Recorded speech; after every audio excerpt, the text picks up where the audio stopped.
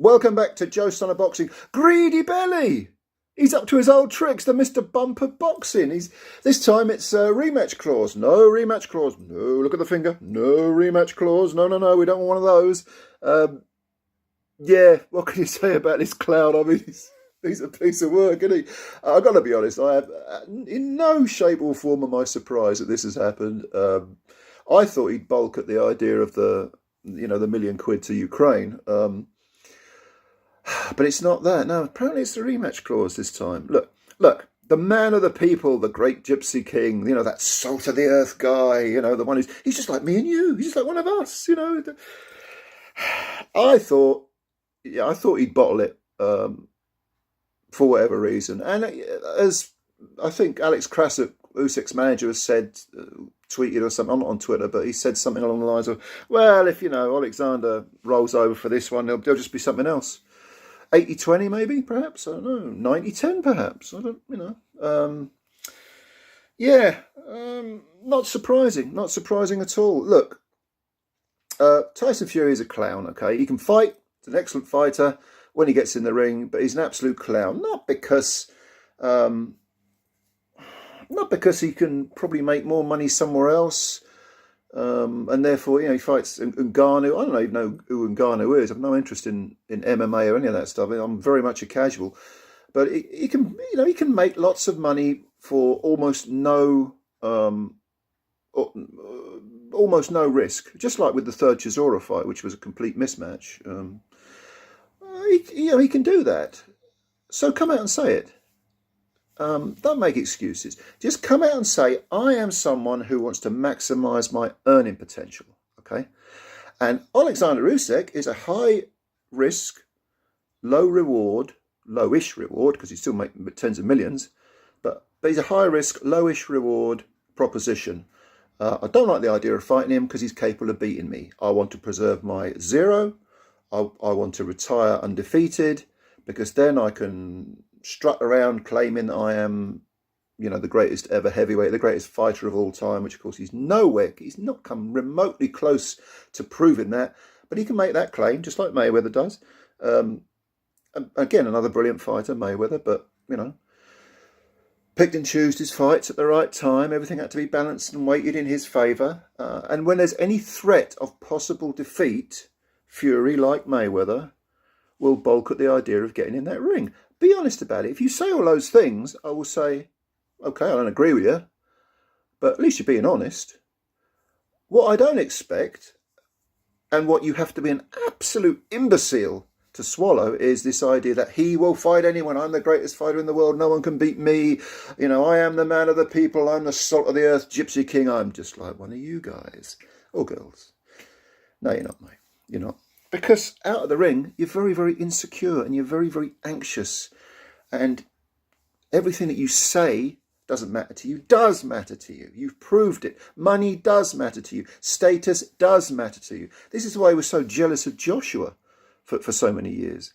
When he beat Vladimir Klitschko, he thought everything would fall into place. Like he'd have the love and the respect of the people. He thought he could say anything, so he made all those stupid comments about women and gays and all this, and got himself into hot water, and people didn't like it. But of course, it was all those woke people, wasn't it? No, it wasn't. It was people who no horse in the race. They just don't like bigotry. They don't like the putting down of minorities. They don't like people who say one thing, who go, I'd like to thank my Lord and Saviour, Jesus Christ, and then talk about other human beings like they don't matter. The great advocate of mental health, Usyk, you gap-toothed little beep. Way to go, Tyson. Real good bit of a leading by example there, isn't it? When it comes to mental health, kids in the playground hearing that, yeah.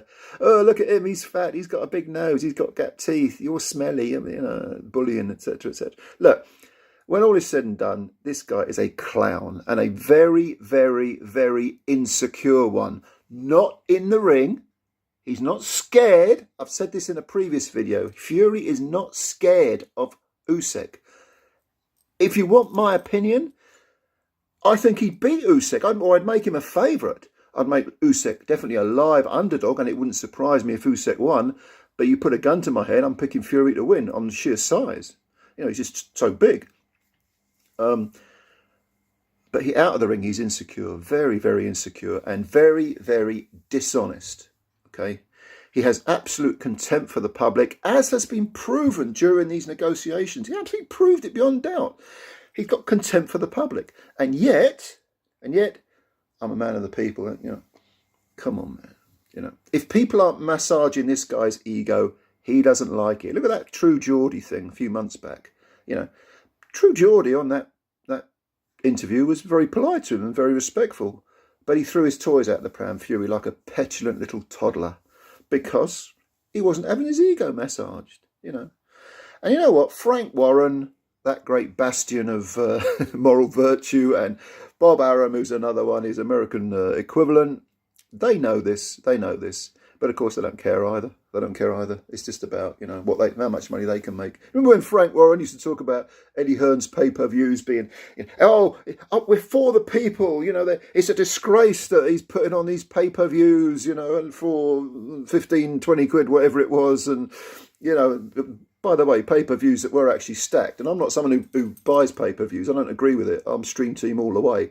But compare Hearn's pay-per-views to the last couple of Fury pay-per-views, which were more expensive. It's night and day. It's black versus white. It's, you know, it's you know, the grass is not blue, Frank. The sky is not green. It's, you know, I've had enough of this guy. I really have. Just wake me up when we get there, when they're in the ring. I don't think the fight will happen. I've never thought it will happen, even with Usyk accepting 70-30. I didn't think it would happen, but c'est la vie, everyone, c'est la vie.